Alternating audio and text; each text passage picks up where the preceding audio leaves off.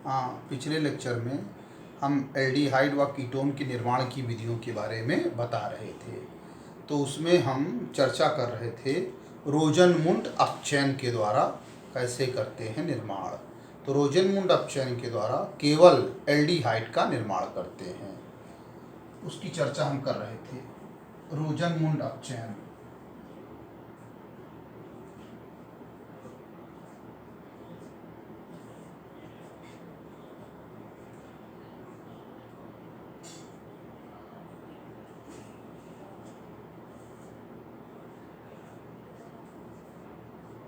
रोजनमुंड अपचयन द्वारा। तो इसमें किसका अपचयन करते हैं? अम्ल हैलाइड का, आर COCl। ये COCl ये अम्ल हैलाइड का क्रियात्मक समूह होता है और ये पूरा अम्ल हैलाइड है। इसका रिडक्शन करते हैं, अपचयन करते हैं पैलेडियम के द्वारा। तो यहाँ से ये H यहाँ आ जाता है तो एल्डिहाइड प्राप्त हो जाता है।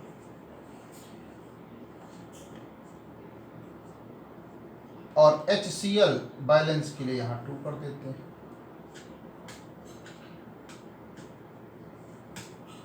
तो ये अम्ल हैलाइड यानी एसिड हैलाइड है। हैलाइड में क्लोराइड, Cl है तो क्लोराइड, अपचयन किए और आपका मिल गया एल्डिहाइड।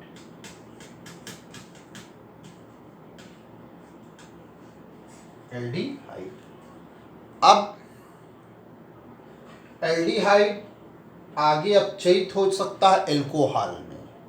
ये जो एल्डिहाइड आपका है, ये एल्डिहाइड, ये अपचयित हो सकता है एल्कोहल में। RC यहाँ पर OH हो जाता है और एक H है और एक H और जोड़ दिया, बैलेंस के लिए यहाँ 2 लिख दिया। तो ये एल्डिहाइड अपचयित हो जाता है एल्कोहल में।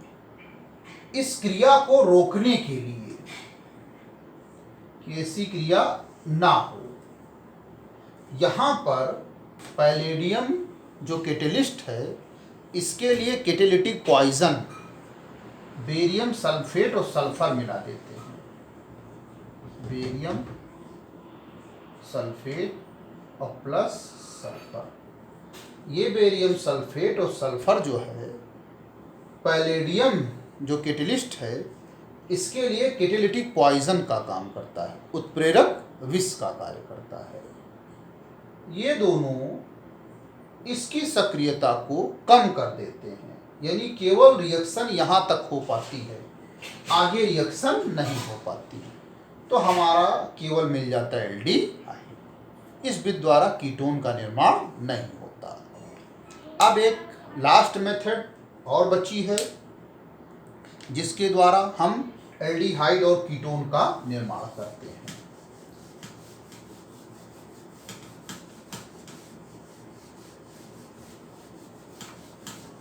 वो है कैल्शियम लवण, कार्बोक्सिलिक अम्ल के कैल्शियम लवण के शुष्क आसवन के द्वारा, by dry distillation of calcium salts of carboxylic acid. Carboxylic acid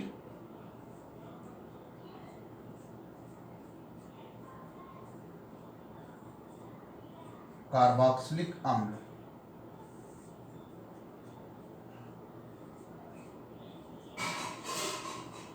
के कैल्शियम लवण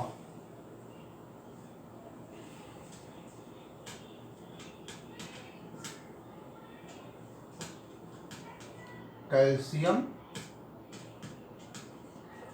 लवण के शुष्क आसवन द्वारा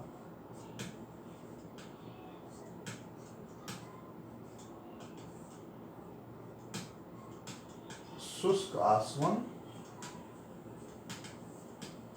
द्वारा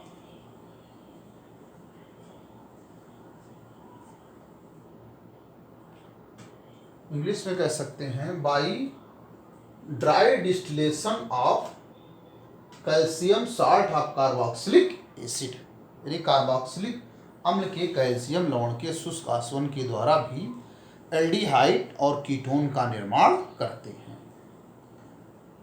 तो एल्डिहाइड श्रेणी का जो प्रथम सदस्य है फॉर्मेल्डिहाइड, जो अन्य एल्डिहाइड से थोड़ा हट के है, जब उसका निर्माण करना होता है तो कार्बोक्सिलिक अम्ल, तो कार्बोक्सिलिक अम्ल श्रेणी का पहला सदस्य है फॉर्मिक अम्ल।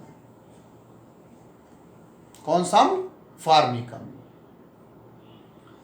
इसका कैल्शियम लवण यानी कैल्शियम फॉर्मेट, भाई यहां पर माइनस लगा देंगे तो ये हो जाएगा फॉर्मेट आयन, और कैल्शियम लवण तो Ca पर होता है 2+। जब यहां से क्रॉस होगा तो हो जाएगा HCOO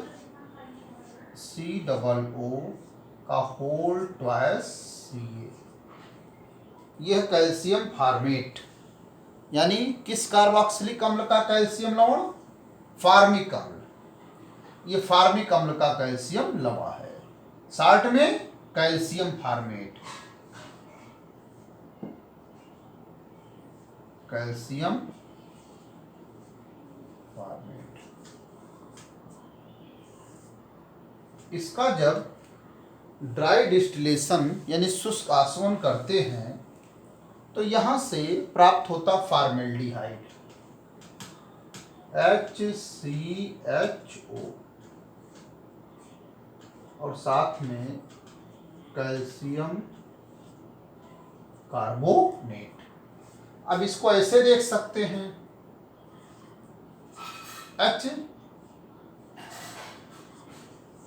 HCOO minus HCOO minus whole twice हो गया, और ये है Ca, ये आपका कैल्शियम फॉर्मेट है। यहां से हमने कहा CaCO3 ऐसे निकल गया CaCO3, आपका बचा HCHO।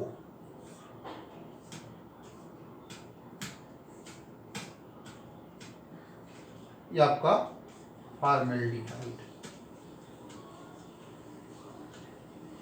ये आपका प्राप्त हो गया फॉर्मेल्डिहाइड, एल्डिहाइड श्रेणी का प्रथम सदस्य, first member of aldehyde series, formaldehyde.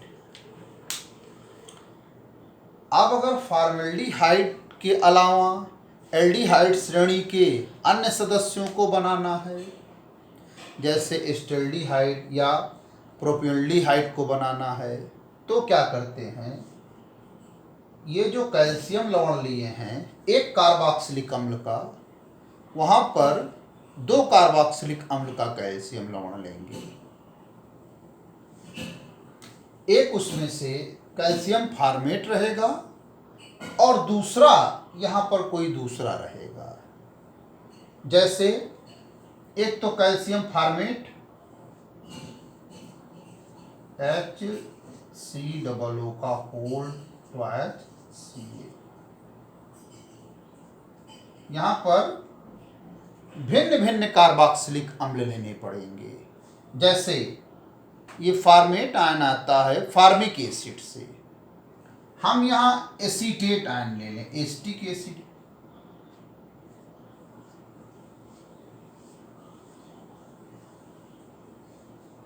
देखिए ये आपका आता है एसिटिक एसिड से CH3COOH, और ये आता है HCOOH।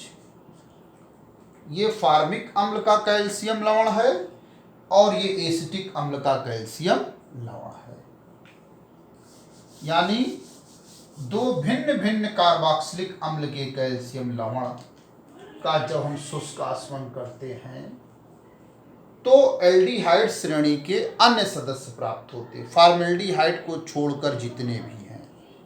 जैसे एस्टल्डिहाइड बनाना है तो हम कैल्शियम एसीटेट लेते हैं, कैल्शियम फॉर्मेट।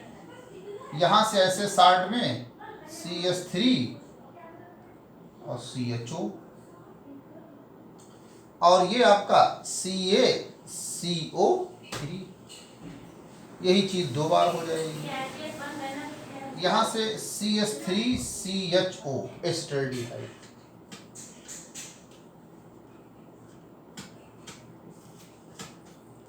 यही चीज कितने बार? 2 बार। और ये CaCO3 भी कितने बार? 2 बार।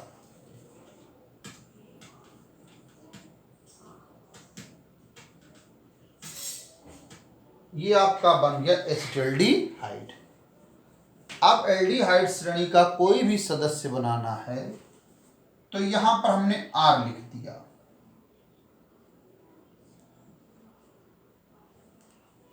तो यहां भी हमको R लिखना पड़ेगा।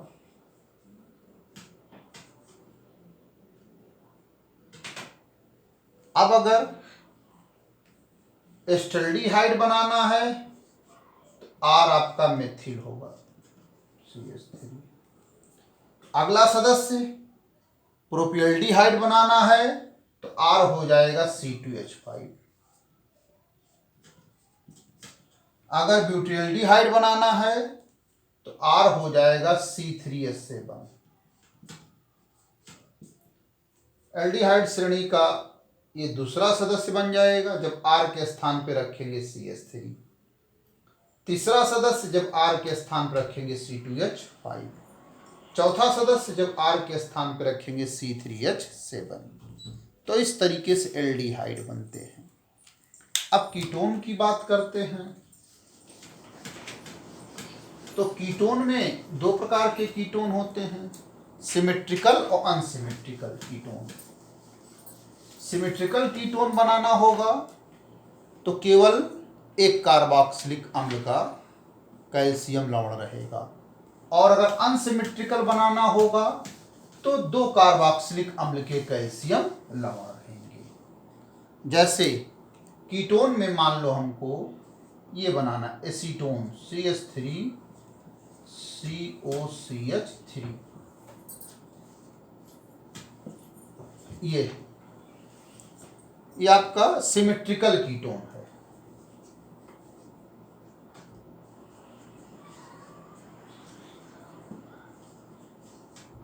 Symmetrical ketone. और अगर अनसिमेट्रिकल कीटोन बनाना है, सिमेट्रिकल इसलिए इसको 2 बराबर भागों में बांट सकते हैं, एक कार्बन इधर एक कार्बन इधर। अनसिमेट्रिकल बनाना है तो एक तरफ 2 कार्बन कर दें, एक तरफ 1 कार्बन। अनसिमेट्रिकल हो गया, इसको 2 बराबर भागों में बांटा नहीं जा सकता। यहां पर CH3 CH2 अनसिमेट्रिकल कीटोन है।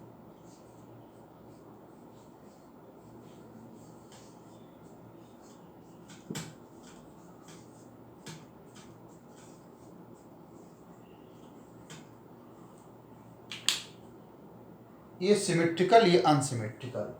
जब सिमेट्रिकल कीटोन बनाना होगा तो केवल एक कार्बोक्सिलिक अम्ल का कैल्शियम लवण लेंगे, और जब अनसिमेट्रिकल बनाना होगा तब 2 कार्बोक्सिलिक अम्ल का कैल्शियम लवण लेंगे। जैसे यहां पर R एल्किल, यहां पर ये R है तो ये R डैश है, ये पूरा आपका जैसे R और ये R डैश ले लिए, या इसको R डैश कर दिए, इसको R, और यहां पर दोनों R हैं, ये भी R है और ये भी R है। इसको बनाना है तो केवल एक कार्बोक्सिलिक अम्ल का कैल्शियम लवण लेंगे। जैसे हमने ले लिया RCOO का होल ट्वाइस Ca, एक कार्बोक्सिलिक अम्ल का कैल्शियम लवण। और इसका ड्राई डिस्टिलेशन कर दिए, शुष्क आसवन, शुष्क आसवन। तो यहां से प्राप्त हो जाएगा RCOR plus CaCO3, symmetrical ketone. और इसको आप देख सकते हैं ऐसे, RCOO RCOO और Ca पर होता है 2+, यहां से निकल जाएगा CaCO3, CaCO3 RCOR, ये मिल जाएगा। ये आपका सिमेट्रिकल कीटोन में केवल एक कार्बोक्सिलिक अम्ल का कैल्शियम साल्ट। अनसिमेट्रिकल बनाना है तो एक R' वाला रहेगा, एक R वाला। यहां पर हम लिख देंगे R' COO का whole twice Ca plus R।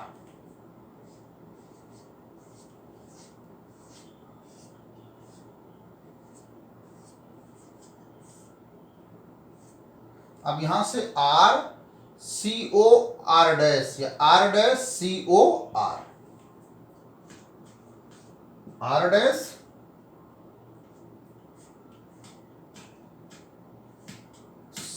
COR। देखिए R' 2 बार है, R भी 2 बार है, तो यहां पर 2 कर दिए, प्लस Ca 2 बार, तो CaCO3 कितने बार हो जाएगा? 2 बार हो जाएगा। तो इस तरीके से सिमेट्रिकल कीटोन बन गया और इस तरीके से अनसिमेट्रिकल कीटोन बन गया। तो ये एल्डिहाइड और कीटोन के निर्माण की विधियां समाप्त हो गई। अब आपको बताएंगे एल्डिहाइड और कीटोन की केमिकल प्रॉपर्टीज, रासायनिक अभिक्रियाएं। अभी तक आप इनको बना रहे थे, अब ये लोग किन से रिएक्शन करते हैं। तो उसके लिए chemical reactions of aldehydes and ketones, aldehyde और कीटोन की रासायनिक अभिक्रियाएं।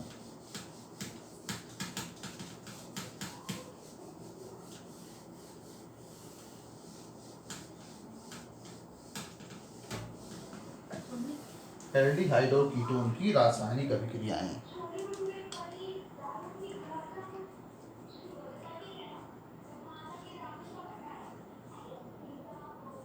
एल्डिहाइड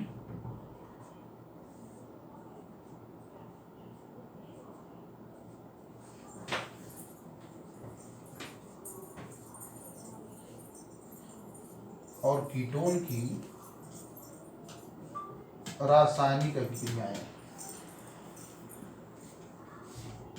या रासायनिक गुण।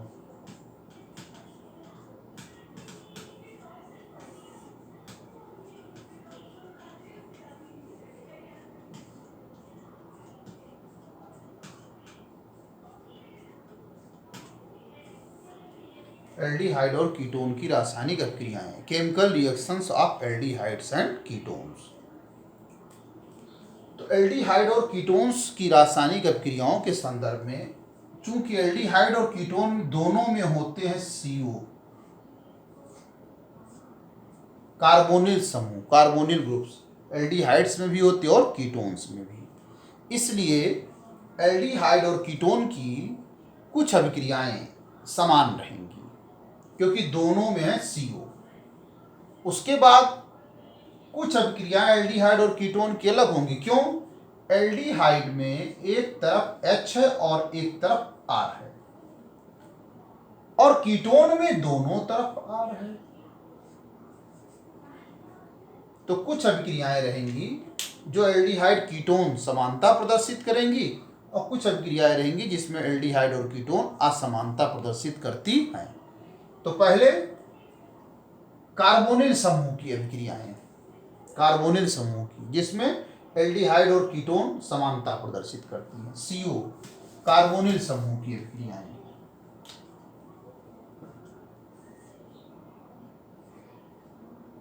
उसको आप लिख सकते हैं, चलिए लिख देते हैं, कार्बोनिल समूह की अभिक्रियाएं।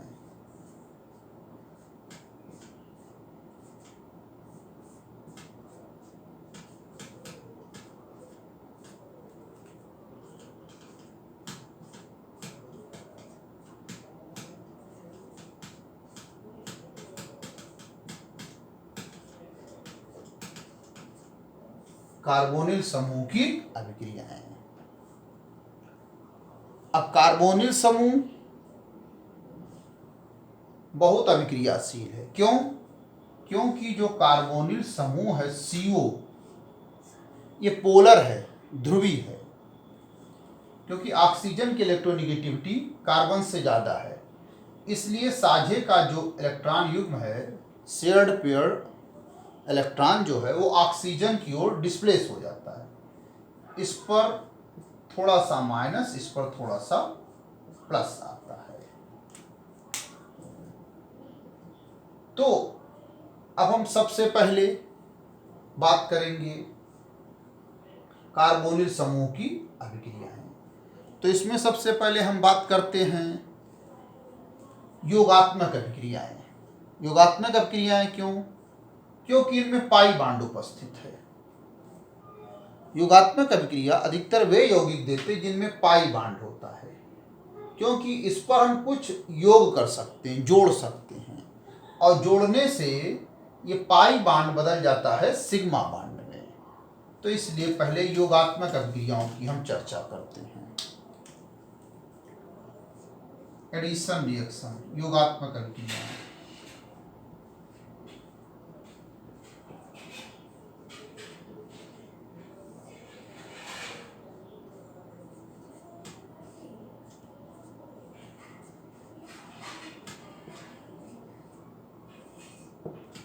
एडिशन रिएक्शंस, योगात्मक अभिक्रियाएं।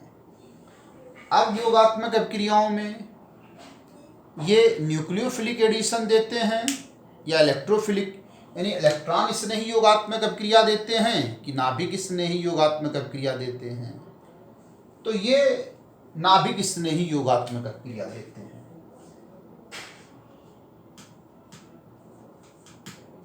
न्यूक्लियोफिलिक एडिशन रिएक्शन देते हैं।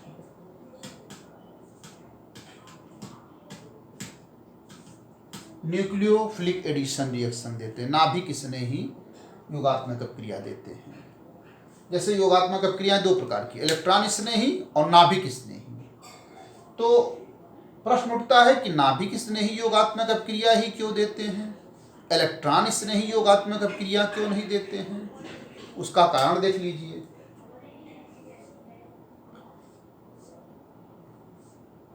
ये आपका कार्बोनिल समूह है। अगर इलेक्ट्रॉन स्नेही दें तो सबसे पहले E+ अटैक करेगा। ये है इलेक्ट्रॉन स्नेही, इलेक्ट्रोफाइल, तो ये अटैक करेगा। अभी हमने बताया था कि इसमें जो है, इस पर होता है डेल्टा माइनस और इस पर होता है डेल्टा प्लस। तो ये प्लस चला जाएगा इसके साथ,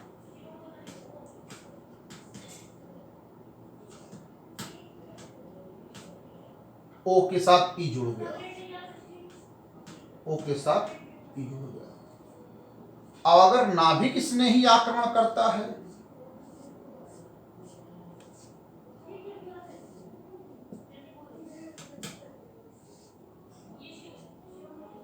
नाभिक स्नेही NU, nucleophile minus, E+ electrophile, electron स्नेही, NU माइनस न्यूक्लियोफाइल, नाभिक स्नेही। तो माइनस कहां पर अटैक करेगा? प्लस पर, प्लस के साथ NU।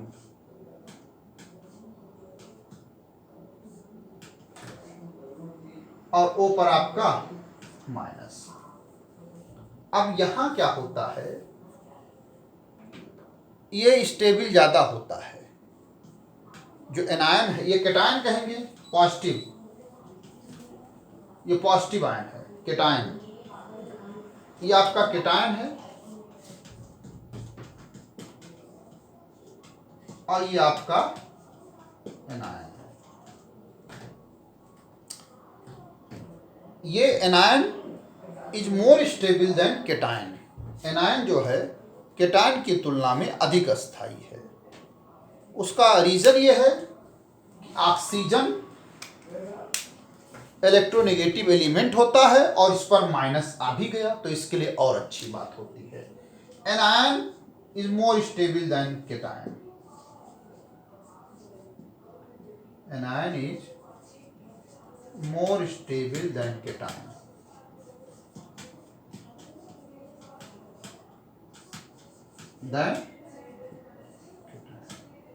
ये ज्यादा स्टेबल है। इसका मतलब जो एल्डिहाइड और कीटोन है वो नाभिक स्नेही योगात्मक क्रिया देंगे। NU- नाभिक स्नेही और E+ इलेक्ट्रॉन स्नेही। अब हम बात करेंगे रिएक्शन की। जैसे पहली reaction addition of HCN, hydrogen cyanide का योग, HCN का योग,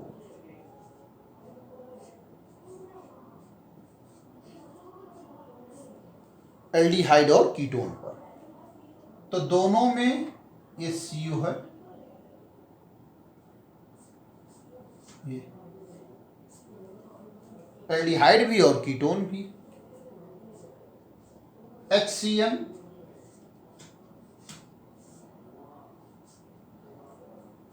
तो अभी आपको बताया था C पर प्लस है और O पर माइनस है। O पर माइनस है, C पर प्लस। HCN में H+ होता है हाइड्रोजन आयन और Cn पर माइनस होता है सियानाइड आयन। तो H पर प्लस है वो जुड़ जाएगा माइनस से,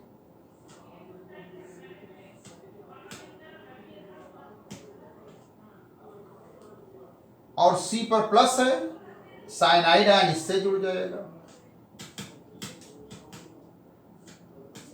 इसको कहते हैं सियानोहाइड्रिन।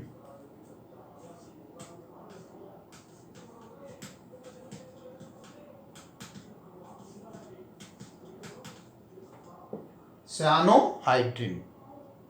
अब जैसे एल्डिहाइड तो जैसे इसमें हमने एस्टल्डिहाइड ले लिया CH3CHO, यहां पर CH3CHO तो एस्टल्डिहाइड सियानोहाइड्रिन इसको कह देंगे, एसिटल्डिहाइड सियानोहाइड्रिन, ये बन गया। अगर यहां पर CH3 रहेगा तो कीटोन सियानोहाइड्रिन हो जाएगा। अब ये जो सियानोहाइड्रिन कंपाउंड्स हैं इनकी मदद से कुछ मेन कंपाउंड्स बनाए जाते हैं। जैसे इनके द्वारा हम बनाते हैं अल्फा हाइड्रोक्सी कार्बोक्सिलिक एसिड। इनके द्वारा, किसके द्वारा? एल्डिहाइड सियानोहाइड्रिन या कीटोन सियानोहाइड्रिन के द्वारा अल्फा हाइड्रोक्सी कार्बोक्सिलिक एसिड का निर्माण। अल्फा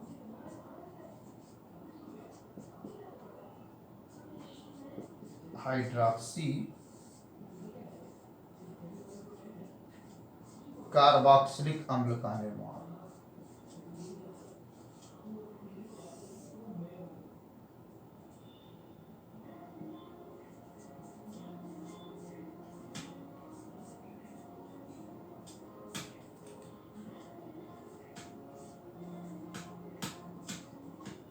अल्फा हाइड्रोक्सी कार्बोक्सिलिक अम्ल का निर्माण। तो करते क्या है, जैसे हमने ये ले लिया acetaldehyde cyanohydrin, CH3 CHOH CH और OH और ये CN, acetaldehyde cyanohydrin. Alpha hydroxy carboxylic acid हमको बनाना है, तो क्या करते हैं, इसकी एसिडिक हाइड्रोलिसिस कर दीजिए, अम्लीय जल अपघटन। यानी अम्ल की उपस्थिति में जल अपघटन। तो जैसे ये अम्ल है HCl, अम्ल की उपस्थिति में हमने इसका कर दिया जल अपघटन। होता क्या है, ये CN बदल जाता है COOH में, CH3 CHOH और CN बदल जाता है COOH में।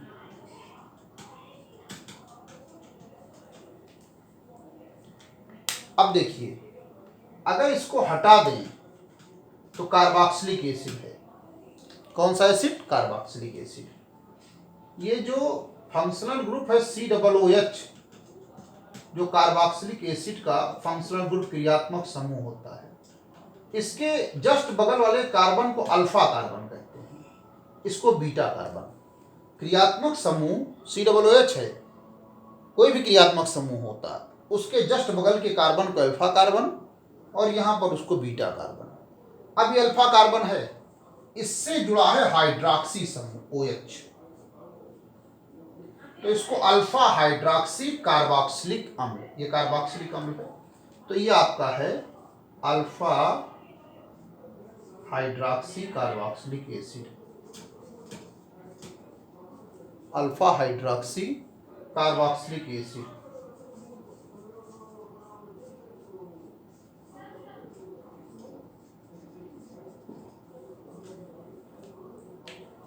और इसी से हम एमिनो अम्ल भी बना सकते हैं, एमिनो एसिड इसी से बना सकते हैं।